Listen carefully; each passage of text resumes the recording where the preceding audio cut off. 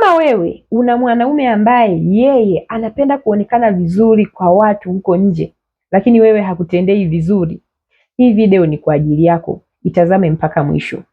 Unakuta wewe una mwanaume ambaye wewe hakutendei vizuri, kuna matendo anayokutendea kukuumiza, matendo ya maumivu ambayo hata mtu mwingine ukimuelezea anamkatalia mume wako. Mume wako anapenda kuonekana vizuri kwa wachungaji, kwa wazazi wako, kwa ndugu zako, kwa watu wa karibu, mtaani mnapoishi. Yani anajionyesha yeye ni mwanaume fulani hivi mstaarabu. Kila mtu anasema huyu mwanaume, lakini kumbe wewe unamfahamu. Matendo ya unyanyasaji anayokutendea ni makubwa kiasi kwamba hata ukimwambia mtu yoyote hakuamini, anaona kama wewe unaongea tu. Kwa namna mume wako anavyojiweka kwa hao watu, wanaona hapana, wewe mwanamke una matatizo. Mbona una mume mzuri tu? Naomba nikwambie kitu kimoja. Huu ni ukweli mchungu bila kupepesa macho. Mume wako ni mnyanyasaji. Sijui kama unanielewa. Hiyo sio tabia ya kawaida. Hiyo ni tabia tofauti sana. Huyo mume wako ana tatizo. Pengine kisaikolojia hayuko sawa. Mtu anayependa kuwa vizuri kwa watu wanaokuzunguka wewe mkewe, lakini hawi mzuri kwako, maana yake yeye ana tabia kupenda kuwa mnyanyasaji kwa mtu mwingine. Na ndio maana analinda sana image yake kwa watu, lakini hajali kuhusu wewe. Huyo mwanaume anapenda kusifiwa, halafu anajiona yuko perfect. Halafu sio kwamba anajiona tu yuko perfect, hata kukosea pia anajua kwamba anakukosea. Na ndio maana mwanaume kama huyo huwa anakuwekea mipaka. Mimi sitaki mambo yetu yatoke nje, mimi sitaki mambo yetu yaende wapi, kwa sababu anajaribu kulinda hiyo tabia yake ibaki kati yenu. Lakini mimi nakwambia kiukweli hayuko sawa. Kama sio na matatizo ya kisaikolojia, basi yeye hiyo ni tabia yake ya moja kwa moja, ni mnyanyasaji. Lakini kuna mwingine yeye hiyo huwa ni tabia ya matatizo ya kisaikolojia. Kwa hiyo kuna namna ukimfanyia, pengine anaweza akajitambua na akajua kwamba kumbe sistahili kuendelea kufanya haya ninayoyafanya. Sasa unakuta wewe mwanamke uko na huyo mwanaume anakushika masikio, anakwambia mimi sitaki wewe unashare matatizo yetu kwa watu, changamoto zetu tu tunamaliza wenyewe, lakini unamjua moto anaokupitisha. Huyo mwanaume mseme kwa kila mtu ambaye anajilinda asionekane mbaya. Sijui kama unanielewa. Mwanaume anayejaribu kulinda sana picha yake kwa watu, maana yake huyo hata tabia yake hatobadilika, kwa sababu wewe utakuwa unaendelea kumsaidia yeye kuificha hiyo tabia yake. Unatakiwa kumuumbua ili ujue, je, hilo ni tatizo la kisaikolojia au ni tabia yake yeye binafsi, ni mnyama, yani ni mkatili kwa wengine. Sijui kama unanielewa. Usipofanya hivyo utaendelea kulaumu ukifikiri watu wote wanaishi hayo maisha kwenye ndoa zao, lakini sio kweli. Kwa nini mwanaume wako anang'ang'ania kuwa mwema kwa watu wengine lakini hataki kuwa mwema kwako? Ni kwa sababu yeye ni mnyanyasaji. Ana aidha matatizo ya kisaikolojia au yeye ni tabia yake ya kudumu, huwezi kumbadilisha. Kwa hiyo ni afadhali ukamuumbua kwa hao watu ambao yeye anajilinda sana kuto kuonekana mbaya, ili uone, je, atabadilika? Kuna mwingine utakavomuumbua atajisikia aibu na atatambua kumbe hapa nilikuwa ninakosea, kwa sababu mwingine yeye anavyojilinda hajui kama ninachokifanya sio sahihi. Kila mtu anatakiwa kuwa mzuri kwa mwenza wake, lazima. Kwa nini wewe kwako anang'ang'ania kuwa mzuri kwa watu lakini wewe hakutendei vizuri? Kwa nini kwa watu anakuwa mnyenyekevu lakini kwako wewe anakuwa mkatili? Kwa nini kwa watu anaonyesha sura ya upendo lakini kwako wewe anaonyesha sura ya chuki? Kwa nini kwa watu anawachekea lakini kwako wewe anakukunjia ndita? Anakuwa ni mtu tofauti. Yani unamjua kabisa mumeo kwamba furaha yetu ni tukiwa mbele za watu, tukitoka hapo tukirudi ndani mimi na yeye ni mbogo. Hiyo sio hali ya kawaida, na asikudanganye mtu, na hiyo haitakiwi wewe utumie uvumilivu, kwa sababu uvumilivu una mstari mwembamba sana kati ya uvumilivu na ujinga. Wakati mwingine utavumilia kitu ambacho ilitakiwa upambane nacho kwa namna tofauti. Kwa hiyo unapokuwa na mwanaume ambaye analinda image yake mbele za watu, yani anataka watu wamuone ni mtu fulani, ana tatizo, na pengine hata yeye hajui kama anachokifanya sio sahihi, na pengine hata yeye hajijui kama mimi nina tatizo. Kwa hiyo wewe ukimuumbua, muumbue kwa wale watu ambao yeye anaona wanamuaminia. Sasa mfanye hao watu wazijue tabia zake, adhalilike. Ile namna atakavyojisikia utapata majibu mawili. Jibu moja kati ya haya machaguo mawili. La kwanza, je, huyo mwanaume ni mtu wa kubadilika? Na la pili, je, huyo mwanaume ni tabia yake ya kudumu? Kwa sababu kuna tatizo la kisaikolojia na kuna nyingine yeye ni mtu wa hivyo, hata uje ufanye nini hawezi kuja kubadilika. Kwa hiyo wewe kuendelea kumfichia siri mwanaume kama huyo ni kujiumiza wewe mwenyewe. Wewe mtu unamfahamu kabisa, anakutendea wewe matendo ya ajabu, lakini mama yako hata ukimsimulia haamini. Kaka yako ukimsimulia haamini, baba yako ukimsimulia haamini, shangazi zako ukiwaambia hawaamini, ukienda kumlalamikia kiongozi wa dini haamini. Wewe ushtuki, huoni kama huyo mwanaume wako ana tatizo?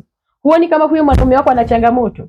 Huoni kama huyo mwanaume wako ana tabia za tofauti? Kwa sababu sio watu wote tunaishi hayo maisha kwenye ndoa. Watu wanaishi maisha tofauti, wanaishi maisha ambayo mwanaume anajua kuishi vizuri na mkewe. Sawa, kukosana kupo, lakini usiishi na mwanaume ambaye anaonekana yeye ni mtu ambaye hana furaha na wewe, lakini anataka kuwa na furaha na watu wako wa karibu. Yani watu wako wa karibu wamuone ni mtu mzuri, wamtambue yeye kama mwanaume fulani, anajifanya mpole, anajifanya mkimya. Ndugu yangu, hilo tatizo inatakiwa tu uliondoe kwenye maisha yako.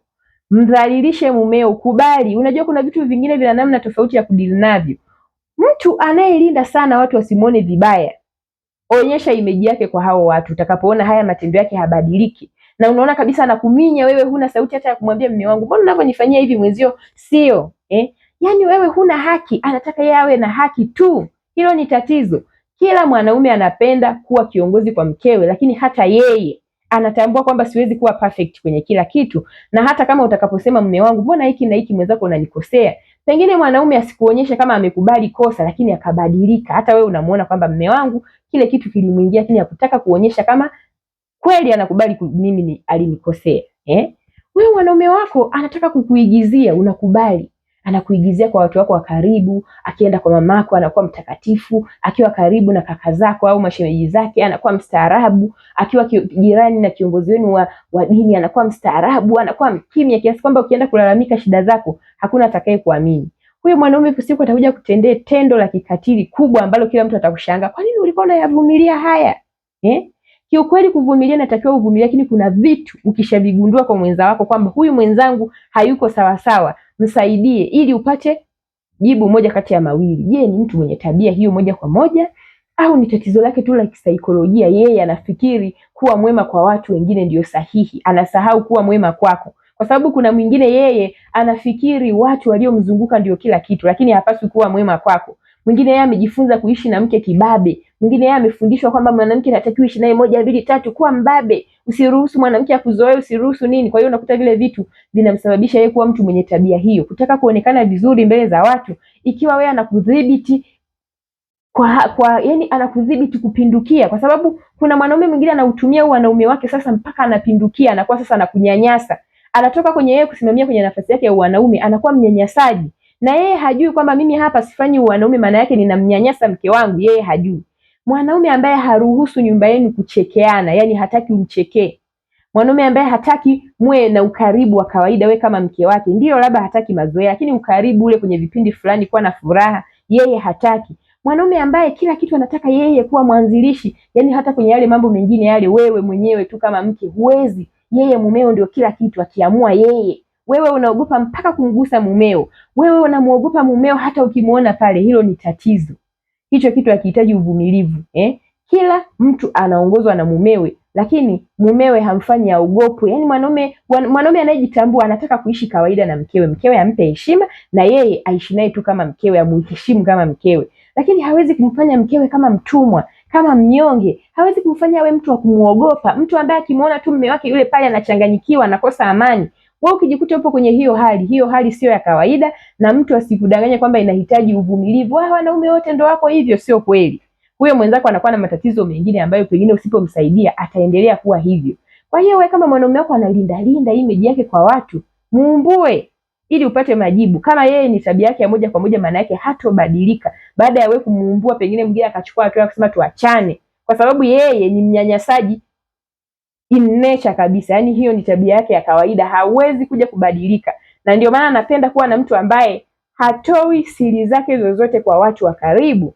Lakini kuna huyo ambaye yeye anautumia wanaume wake kupindukia mpaka inafikia kipindi anakuwa mnyanyasaji, lakini yeye hajui kama anakunyanyasa. Utakapoyatoa hayo mambo kwa watu, bado atakung'ang'ania kwamba mke wangu nakupenda hivi na hivi, ataomba kwamba hayo mambo yaishe.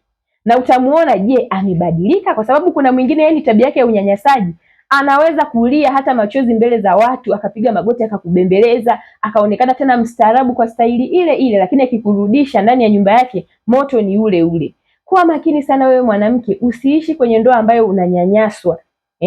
Maisha ya ndoa sio maisha ya wewe kwenda kunyanyasika. Inatakiwa muishi mkiwa mnaheshimiana na kupendana. Kila mtu ampe mwenzie nafasi ya kufurahia uwepo wa mwenzie kwenye maisha yake. Haiwezekani wewe mwanaume anataka yeye anapokuhitaji yeye ndo afurahie, lakini wewe huna uhuru wa kumfurahia mumeo. Hilo ni tatizo. Kila mtu kwenye ndoa yake anamfurahia mume.